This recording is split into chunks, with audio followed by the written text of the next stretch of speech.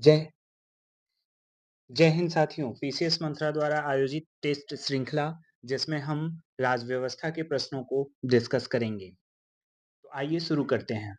भारतीय संविधान किसके द्वारा हस्तलिखित या लिपिबद्ध किया गया था? तो इस प्रश्न का विकल्प होगा हमारा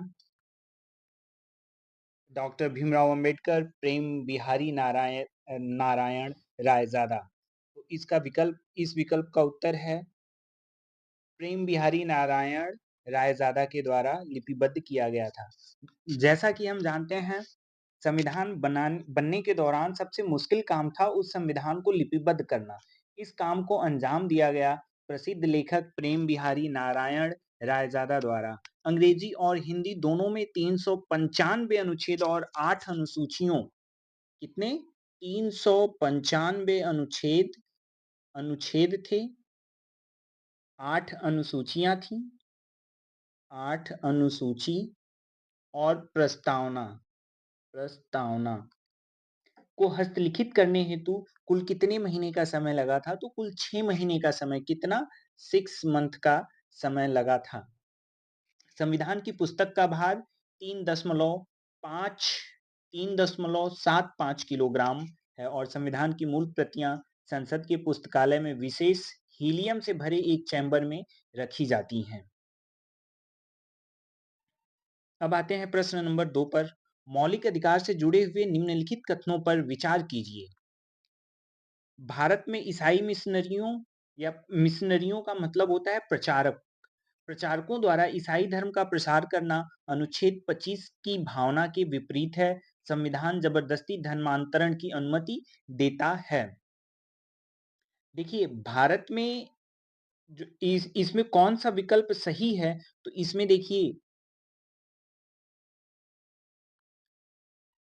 इसमें हमारा विकल्प सही होता है, सिर्फ कथन 2 सही है। क्या है? संविधान जबरदस्ती धर्मांतरण की अनुमति नहीं देता है। अब आइए इस प्रश्न को देखते हैं। अनुच्छेद 25 से 28 धर्म की स्वतंत्रता का अधिकार देता है। अनुच्छेद 25 के अनुसार धर्म के स्वतंत्र व्यवसाय, आचरण और प्रचार का अधिकार प्राप्त है। इसलिए किसी भी धर्म के अनुयायी द्वारा अपने धर्म का प्रचार करना संवैधानिक अधिकार है। इसमें धर्म बदलने की आजादी भी शामिल है। हालांकि संविधान जबरदस्ती धर्मांतरण की अनुमति नहीं देता है। इस प्रकार हमारा जो है कथन 2 सही है। अब आते हैं प्रश्न नंबर 3 पे। एक्ट ऑफ सेटलमेंट किस एक्ट की त्रुटियों को दूर करने के लिए पारित किया गया था? एक्ट ऑफ सेटलमेंट किस एक्ट की त्रुटियों को दूर करने के लिए पारित किया गया था? तो हमारा उत्तर है रेगुलेटिंग एक्ट 1773। Regulating act 1773। अब बात आती है एक्ट ऑफ सेटलमेंट कब लाया गया था? तो एक्ट ऑफ सेटलमेंट लाया गया था कब? 1781 में। कब लाया गया था? 1781।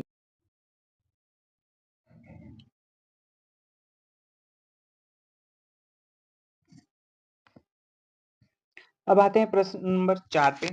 निम्नलिखित में से किस अधिनियम के प्रावधानों को हितैषी निरंकुशवाद की संज्ञा दी गई है? तो इस प्रश्न का उत्तर है भारतीय परिषद अधिनियम 1909 को। इसको हितैषी निरंकुशवाद 2 कारणों से कहा जाता है, क्योंकि भारतीय परिषद अधिनियम 1909 में 9 के द्वारा दो जो भारतीय जनता है, इनको सिर्फ नाम मात्र के सुधार प्राप्त हुए थे। और इसकी जो एक सबसे बड़ी आलोचना है वो ये है कि भारतीय परिषद अधिनियम 1909 के द्वारा सांप्रदायिकता को वैधानिकता प्रदान कर दी गई थी, जो कि भारतीय एकता और भारतीय जनमानस के लिए कहीं से भी उचित नहीं है। इसके बहुत बुरे परिणाम आने वाले समय में भारतीय समाज में या भारतीय राजनीति में देखने को मिलते हैं। आते हैं प्रश्न नंबर 5 पे। संघीय न्यायालय की स्थापना दिल्ली में की गई। इसमें एक मुख्य न्यायाधीश तथा अधिकतम 6 अन्य न्यायाधीश हो सकते थे, जिनकी नियुक्ति सम्राट द्वारा की जाती थी। इसके प्रथम मुख्य न्यायाधीश कौन थे? देखिए, संघीय न्यायालय की स्थापना दिल्ली में की गई। इसमें एक मुख्य न्यायाधीश तथा 6 अधिकतम अन्य न्यायाधीश हो सकते थे। इसके प्रथम मुख्य न्यायाधीश कौन थे? तो इसके प्रथम मुख्य न्यायाधीश थे सर मोरिस ग्वेयर। कौन थे? Sir Morris Gwyer. अब देखिए, अब इनकी नियुक्ति किसके द्वारा की गई थी? तो इनकी नियुक्ति जो है सम्राट द्वारा की जाती थी और 1 अक्टूबर 1937 से यह न्यायालय कार्यरत हो गया। कब? 1 अक्टूबर 1 अक्टूबर 1937 से यह न्यायालय जो है कि कार्यरत हो गया। इसे प्रारंभिक अपीली एवं परामर्शदात्री क्षेत्राधिकार प्राप्त था। इसके प्रथम मुख्य न्यायाधीश सर मॉरिस ग्वेयर थे, जबकि 6 अन्य न्यायाधीशों में 2 भारतीय थे। प्रथम जस्टिस एम.आर. जैकब तथा दूसरा जस्टिस एम.एस. सुल्तान हुए। अब आते हैं प्रश्न नंबर 6 पे। प्रश्न नंबर 6 है, भारतीय शासन व्यवस्था में प्रतिनिधि एवं लोकप्रिय घटक को समाहित करने का प्रथम प्रयास किस एक्ट के द्वारा किया गया था? तो इस प्रश्न का उत्तर होता है, इस प्रश्न का उत्तर होता है भारत परिषद अधिनियम 1861। अब देखिए, भारत परिषद अधिनियम 1861 के दौरान वायसराय की परिषद का विस्तार करते हुए 4 सदस्यों गृह, सैन्य, राजस्व तथा वित्त के अतिरिक्त विधि संबंधी विषयों हेतु 5वें सदस्य की नियुक्ति की गई। तत्कालीन वायसराय लॉर्ड कैनिंग, तत्कालीन कौन थे? वायसराय कैनिंग थे और कैनिंग महोदय के द्वारा प्रत्येक सदस्य को एक विशिष्ट विभाग आवंटित करते हुए विभागीय प्रणाली प्रारंभ की गई थी। अब आते हैं प्रश्न नंबर 7 पे। निम्न में से कौन सा कथन रेगुलेटिंग एक्ट 1773 से संबंधित नहीं है? देखिए, इसके तहत बंगाल के गवर्नर को बंगाल का गवर्नर जनरल नाम दिया गया, यह कथन सत्य है। कलकत्ता में 1774 में एक उच्चतम न्यायालय की स्थापना की गई, यह कथन सत्य है। बंगाल के पहले गवर्नर जनरल वॉरेन हेस्टिंग्स थे, यह कथन भी सत्य है। इसके तहत कंपनी के राजनैतिक और वाणिज्यिक कार्यों को पृथक कर दिया गया, यह कथन हमारा क्या है? गलत है, क्योंकि कंपनी के राजनैतिक और वाणिज्यिक कार्यों को पृथक 1784 में किया गया था। इसको कब किया गया था? 1784 के पिट्स इंडिया एक्ट के द्वारा किया गया था। अब आते हैं प्रश्न नंबर 8 पे। भारत के संविधान सभा का गठन किसके आधार पर किया गया था? तो भारत के संविधान सभा का गठन जो है हमारा कैबिनेट मिशन के आधार पर किया गया था। अब कैसे किया गया था कि संविधान सभा का गठन जो है वो कैबिनेट मिशन के द्वारा प्रस्तावों के आधार पर कब किया गया था? यह नवंबर 1946 में किया गया था। कब? नवंबर 1946 में किया गया था। संविधान सभा ने सर्वसम्मति उद्देश्य प्रस्ताव को कब पारित किया था? संविधान सभा ने सर्वसम्मत उद्देश्य प्रस्ताव को कब पारित किया था? तो 22 जनवरी 1947 को। उद्देश्य प्रस्ताव को संविधान द्वारा 22 जनवरी 1947 को सर्वसम्मत से पारित किया गया था। इस उद्देश्य प्रस्तावों को सबसे पहले पंडित नेहरू द्वारा 13 दिसंबर 1946 को, कब? 13 दिसंबर 1946 को संविधान सभा के समक्ष पेश किया गया था। अब आते हैं प्रश्न नंबर 10 पे।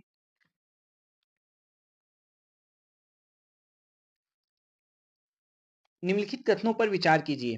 भारतीय संविधान में विधि द्वारा स्थापित प्रक्रिया ब्रिटेन के संविधान से ली गई है। भारतीय संविधान में राज्यसभा के सदस्यों का निर्वाचन ऑस्ट्रेलिया के संविधान से लिया गया है। भारतीय संविधान में न्यायिक पुनर्विलोकन प्रणाली जर्मनी के संविधान से ली गई है। अब उपर्युक्त में सही कथनों कथनों सॉरी क्या है? सही कथनों का चुनाव करें। तो देखिए, उपर्युक्त में से कोई भी कथन सत्य नहीं है। उपर्युक्त में से कोई भी कथन सत्य नहीं है। क्यों? देखिए, भारतीय संविधान में विधि द्वारा स्थापित प्रक्रिया ब्रिटेन से न लेकर के ये कहां से ली गई है? इसका उत्तर है जापान से ली गई है। ये कहां से है? ये जापान से है। भारतीय संविधान में राज्यसभा के सदस्यों का निर्वाचन ऑस्ट्रेलिया के संविधान से लिया गया है, यह भी गलत है। यह कहां से लिया गया है? यह दक्षिण अफ्रीका से है। यह कहां से है? यह दक्षिण अफ्रीका से है। भारतीय संविधान में न्यायिक पुनर्विलोकन प्रणाली जर्मनी के संविधान से ली गई है, जो कि गलत है। यह कहां से है? यह है यूएसए से। कहां से है? यूएसए से है। अब आते हैं प्रश्न नंबर 11 पे। राष्ट्रीय दल का दर्जा प्राप्त करने के लिए निम्न में से कौन सी शर्तें राजनीतिक पार्टियों के लिए आवश्यक हैं? अब देखिए, चार चार या अधिक राज्यों में कुल वैध मतों का 6% या लोकसभा की 4 सीटें पाना चाहिए, तभी आप राजनीतिक पार्टी की श्रेणी में आएंगे। यह कथन बिल्कुल सही है।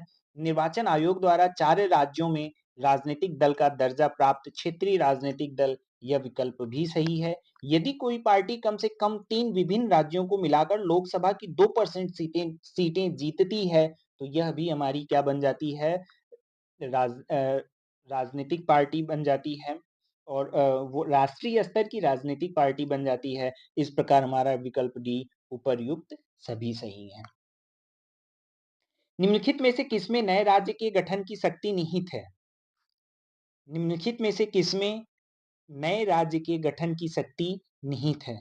देखिए, नए राज्य के गठन की शक्ति हमारे संसद में निहित है, क्योंकि संसद राज्यों के साथ साथ केंद्र के साथ साथ सभी राज्यों का भी प्रतिनिधित्व करता है। संसद हमारे 3 लोगों से मिलकर बनती है।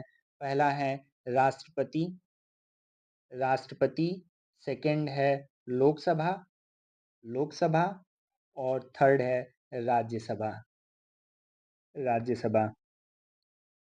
क्योंकि भारतीय संविधान के अनुच्छेद 2 के तहत भारत संघ में नए राज्यों के प्रवेश या स्थापना तथा अनुच्छेद 3 के तहत नए राज्यों के निर्माण और वर्तमान राज्यों के क्षेत्र, सीमाओं या नामों में परिवर्तन की शक्ति किसमें निहित है? भारतीय संविधान संसद में निहित है। सॉरी। प्रश्न नंबर 13। कोई भी राज्य भारत से अलग होने के लिए स्वतंत्र नहीं है, अर्थात भारत विनाशी राज्यों का अविनाशी संघ है। यह प्रावधान संविधान के किस अनुच्छेद के अंतर्गत निहित है? तो भारत जो है कि विनाशी राज्यों का अविनाशी संघ है। यह जो है हमारा अनुच्छेद 3 के तहत निहित है। अब देखिए, संविधान का अनुच्छेद 3 संसद को प्राधिकृत करता है कि किस क्या क्या इसके अंतर्गत आता है। किसी राज्य से क्षेत्र को अलग करके या दो से अधिक राज्यों या राज्यों के कुछ हिस्सों को जोड़कर या किसी भी राज्य के किसी हिस्से को एकजुट करके एक नया राज्य बनाना। दूसरा पॉइंट, किसी भी राज्य का क्षेत्रफल बढ़ाना हो, किसी भी राज्य के क्षेत्र को कम करना हो, किसी भी राज्य की सीमाओं को बदलना हो, और किसी भी राज्य का नाम बदलना हो, यह सब किसके अंतर्गत आता है? यह हमारा जो है अनुच्छेद 3 के अंतर्गत आता है। अब आते हैं प्रश्न नंबर 14 पर। किस वाद में कहा गया था कि समता और स्वेच्छाचारिता एक दूसरे के कट्टर शत्रु हैं? तो ये कहा गया था केशवानंद भारती बनाम केरल राज्य मामले में। देखिए, संविधान का भाग 3 जो है,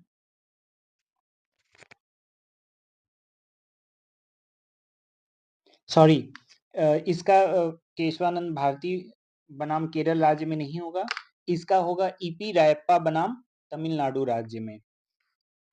इसमें होता क्या है, इसमें देखिए, संविधान का भाग 3 अनुच्छेद 14 से 18 तक समानता का अधिकार प्रदान करता है।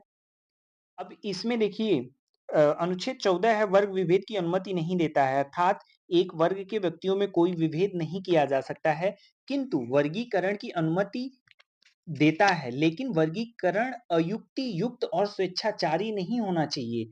ईपी रोयप्पा बनाम तमिलनाडु राज्य के वादे में उच्चतम न्यायालय ने यह धारित किया था कि समता और स्वेच्छाचारिता एक दूसरे के शत्रु हैं। इस प्रकार विकल्प सी सही है। अब आते हैं प्रश्न नंबर 15 पर। निम्नलिखित पर विचार कीजिए।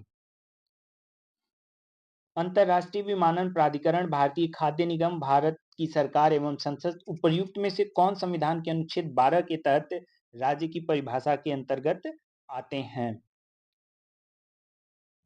तो राज्य की परिभाषा के अंतर्गत उपर्युक्त तीनों आते हैं। देखिए, अनुच्छेद 12 के तहत राज्य के अंतर्गत निम्नलिखित निकाय सम्मिलित हैं। कौन कौन से हैं?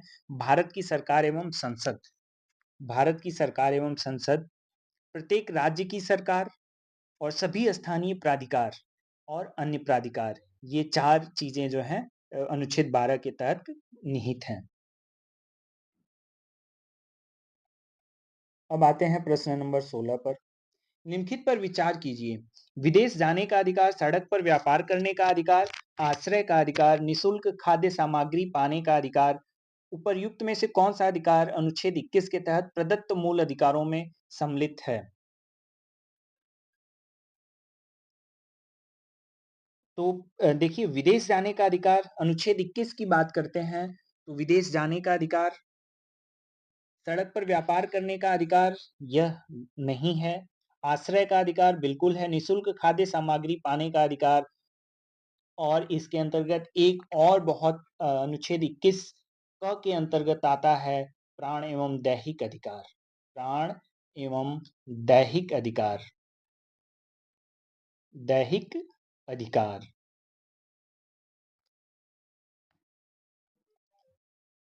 इस प्रकार इस प्रश्न का हमारा विकल्प कौन सा सही हो जाएगा? 1, 3 और 4। अब आते हैं प्रश्न नंबर 17 पे। स्वतंत्र भारत का प्रथम स्वास्थ्य मंत्री कौन था? तो स्वतंत्र भारत के प्रथम स्वास्थ्य मंत्री राजकुमारी अमृत कौर थी। इसके बाद आते हैं, अब देखिए इस विकल्प में अगर हम बात करते हैं तो रफी अहमद किदवई क्या थे? तो यह थे हमारे संचार मंत्री। क्या थे? संचार मंत्री थे। इसके बाद जवाहरलाल नेहरू क्या थे? तो जवाहरलाल नेहरू क्या थे? हमारे देश के फर्स्ट प्राइम मिनिस्टर। और इसके बाद राष्ट्रमंडल एवं विदेश मंत्री थे, वैज्ञानिक शोध के मंत्री थे। वीएन गॉडगिल क्या थे? तो यह थे कार्य एवं खनन, कार्य एवं खनन, खनन मंत्रालय इनको दिया गया था। इसके साथ साथ ऊर्जा मंत्री भी ये थे। क्या थे? ऊर्जा मंत्री। अब आते हैं प्रश्न नंबर 18 पर। मद्रास राज्य बनाम चंपकम दोराय राजन 1951 के मुकदमे में भारतीय सर्वोच्च न्यायालय के निर्णय के परिणाम स्वरूप निम्नलिखित में से किस मौलिक अधिकार को संशोधित किया गया? तो इसमें जो है किस अधिकार को मौलिक अधिकार को संशोधित किया गया? तो इसमें भेदभाव के विरुद्ध अधिकार को संशोधित किया गया था। देखिए होता क्या है, मद्रास राज्य बनाम चंपकम दोराय राजन मामले के निर्णय के आधार पर प्रथम संविधान संशोधन 1951 में किया गया था। कब किया गया था? 1951 में किया गया था। और इसके माध्यम से भेदभाव के विरुद्ध अधिकार अनुच्छेद 15 को संशोधित किया गया।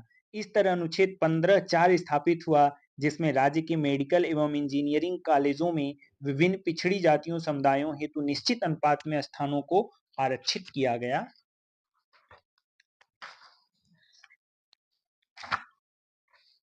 अब आते हैं प्रश्न नंबर 19 पर। निम्नलिखित में से कौन सा सही सुमेलित नहीं है? देखिए, अस्पृश्यता का अंत अनुच्छेद 17 सही सुमेलित है।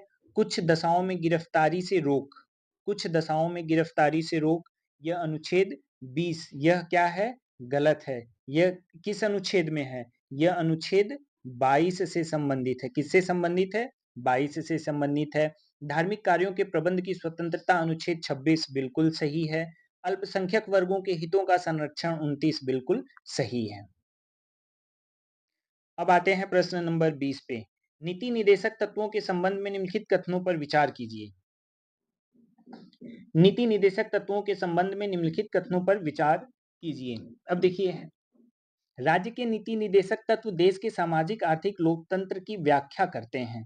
नीति निदेशक तत्व बिल्कुल सही है। ये राज्य के किसी भी राज्य के राज्य के नीति निदेशक तत्व हमारे भारत देश की सामाजिक आर्थिक लोकतंत्र की व्याख्या करते हैं। नीति निदेशक तत्वों के अंतर्गत ग्राम पंचायतों के गठन, काम और शिक्षा पाने के अधिकार के साथ साथ प्रौढ़ शिक्षा पर भी ध्यान दिया जाता है।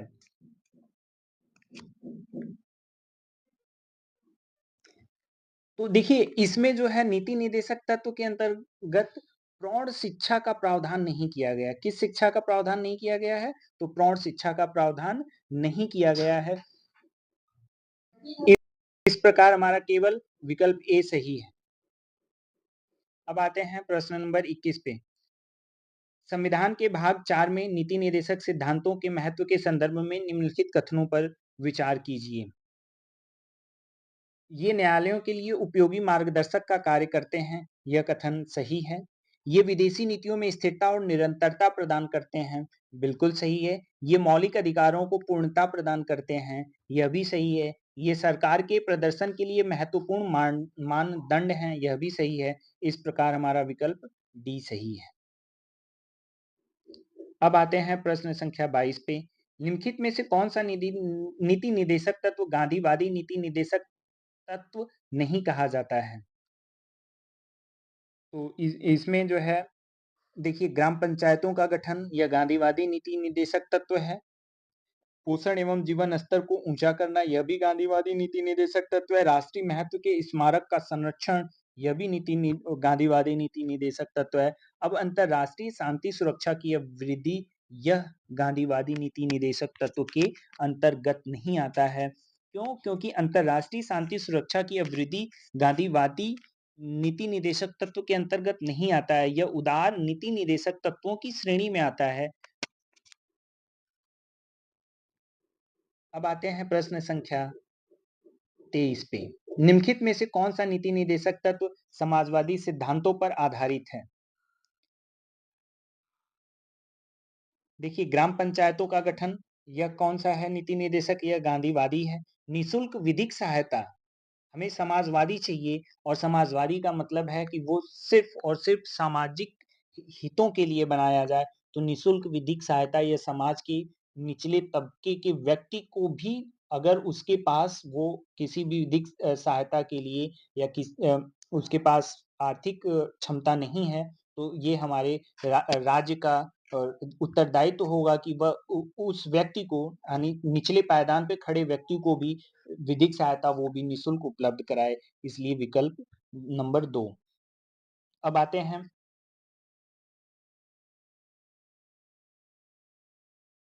समान नागरिक संहिता। यह भी समान नागरिक संहिता यह उदारवादी हो जाएगा। काम पाने का अधिकार यह कौन सा है? समाजवादी हो जाता है। इस प्रकार हमारा विकल्प डी सही होता है। अब आते हैं प्रश्न संख्या 24 पे। निम्नलिखित में से कौन सही सुमेलित नहीं है? देखिए, सहकारी समितियों का गठन, तो सहकारी समितियों का गठन अनुच्छेद 47 में किया गया है। यह हमारा क्या है? यह गलत है। यह अनुच्छेद 47 में न होकर के यह अनुच्छेद 43 में है। एक समान नागरिक संहिता अनुच्छेद 44 बिल्कुल सही। ग्राम पंचायत का गठन अनुच्छेद 40 बिल्कुल सही। गोवध निषेध अनुच्छेद 48 बिल्कुल सही। अब आते हैं प्रश्न संख्या 25 पे। 26 नवंबर 1949 को संविधान को अंगीकार करते समय संविधान के कितने अनुच्छेद प्रभावी हो गए थे? तो संविधान को अंगीकार करते समय इस प्रकार 26 नवंबर 1949 को संविधान को अंगीकृत करते समय संविधान में 16 अनुच्छेद ऐसे थे जो तुरंत प्रभावी हो गए थे। अब आते हैं प्रश्न नंबर 26 पे। निम्नलिखित कथनों पर विचार कीजिए और इनमें से जो है सही कथन का चयन करना है। तो देखिए, भारतीय संविधान का उद्देश्य प्रस्ताव डॉक्टर भीमराव अंबेडकर ने प्रस्तुत किया था, जो कि गलत है। अब भारतीय संविधान का उद्देश्य प्रस्ताव जो है कौन किया था? पंडित जवाहरलाल नेहरू के द्वारा प्रस्तुत किया गया था। अब उद्देश्य प्रस्ताव में कुल 8 अनुच्छेद थे, बिल्कुल सही है। डॉक्टर अंबेडकर की अध्यक्षता में 7 सदस्यीय प्रारूप समिति का गठन किया गया था, बिल्कुल सही है। और इसके बाद आते हैं संविधान के प्रारूप समिति के सदस्य जेपी खेतान की मृत्यु के बाद टी कृष्णमाचारी को सदस्य बनाया गया था, बिल्कुल सही है। इस प्रकार हमारा विकल्प बी 2, 3, 4 सही है। अब आते हैं प्रश्न संख्या 27 पे। संविधान द्वारा निम्नलिखित में से कौन से कार्य किए गए थे? तो इसने संविधान तैयार किया और सामान्य कानून बनाए। इनमें से जो है सही उत्तर हमको चयन करना है। तो संविधान सभा ने क्या किया था? संविधान तैयार किया था और सामान्य कानून बनाए थे, यह कथन सही है। इसने राष्ट्रीय ध्वज को अपनाया था, यह कथन सही है। इसने राष्ट्रगान को अपनाया था, यह कथन सही है। इसने राष्ट्रीय गीत को अपनाया था, यह कथन सही है। इस प्रकार विकल्प ए सही है। अब आते हैं प्रश्न संख्या 28 पे। निम्नलिखित में से कौन सा लक्षण संघीय संविधान का नहीं है? जो संघीय संविधान है उसका लक्षण नहीं है। तो देखिए, लिखित संविधान ये संघीय संविधान का लक्षण है। संविधान की सर्वोच्चता संघीय संविधान का लक्षण है। न्यायपालिका की स्वतंत्रता संघीय संविधान का लक्षण है। आपातकाल की घोषणा यह संघीय संविधान का लक्षण नहीं है। यानी उपरोक्त तीनों का संबंध किससे है? संघीय संविधान से है। अब आते हैं प्रश्न संख्या 29 पे। निम्नलिखित में से कौन संविधान की प्रारूप समिति का सदस्य नहीं था? निम्नलिखित में से कौन संविधान की प्रारूप समिति का सदस्य नहीं था? तो देखिए, सैयद मोहम्मद सादुल्ला, बी.एन. राय, एन. माधव राय, टी.टी. कृष्णमाचारी। तो इसका उत्तर है बी.एन. राय। बी.एन. राय जो है संविधान की प्रारूप समिति के सदस्य नहीं थे। अब आते हैं प्रश्न संख्या 30 पे। निम्नलिखित में से किसे राज्य नहीं माना गया है?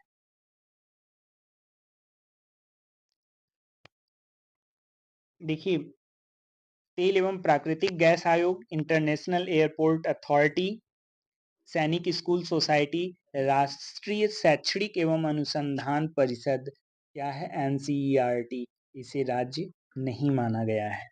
अब देखिए, देख लेते हैं इस प्रश्न की व्याख्या को। अनुच्छेद 12 में भाग 3 के प्रयोजन के लिए राज्य शब्द को परिभाषित किया गया है। राज्य शब्द के अंतर्गत निम्नलिखित निकाय आते हैं: भारत की सरकार व संसद, सभी राज्यों की सरकारें व विधानमंडल, सभी स्थानीय प्राधिकार व अन्य प्राधिकारी।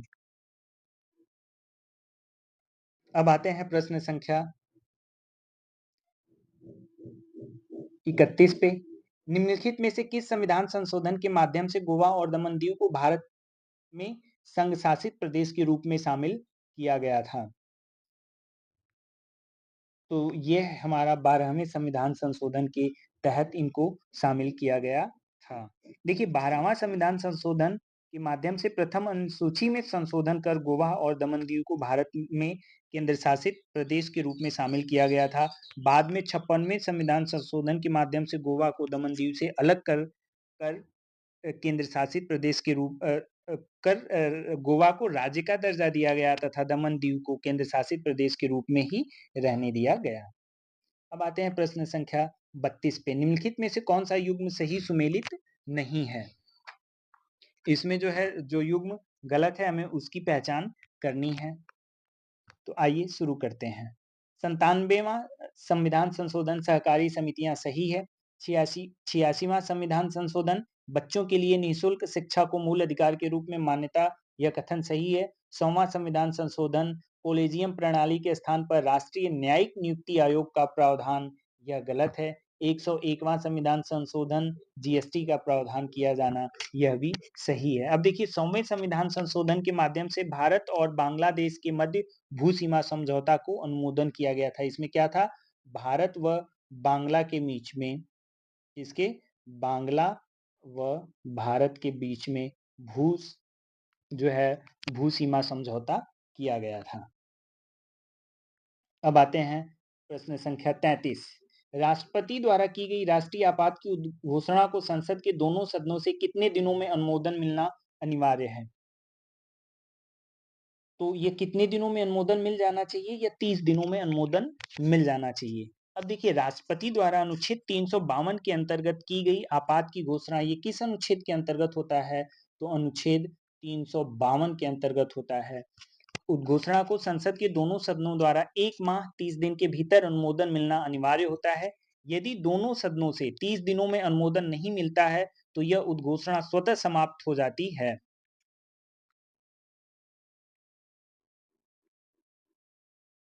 अब आते हैं प्रश्न संख्या 34 पे। निम्नलिखित में से किस अनुच्छेद के तहत की गई राष्ट्रीय आपात की उद्घोषणा पर अनुच्छेद 19 द्वारा प्रदत्त मूल अधिकार स्वतः निलंबित हो जाते हैं?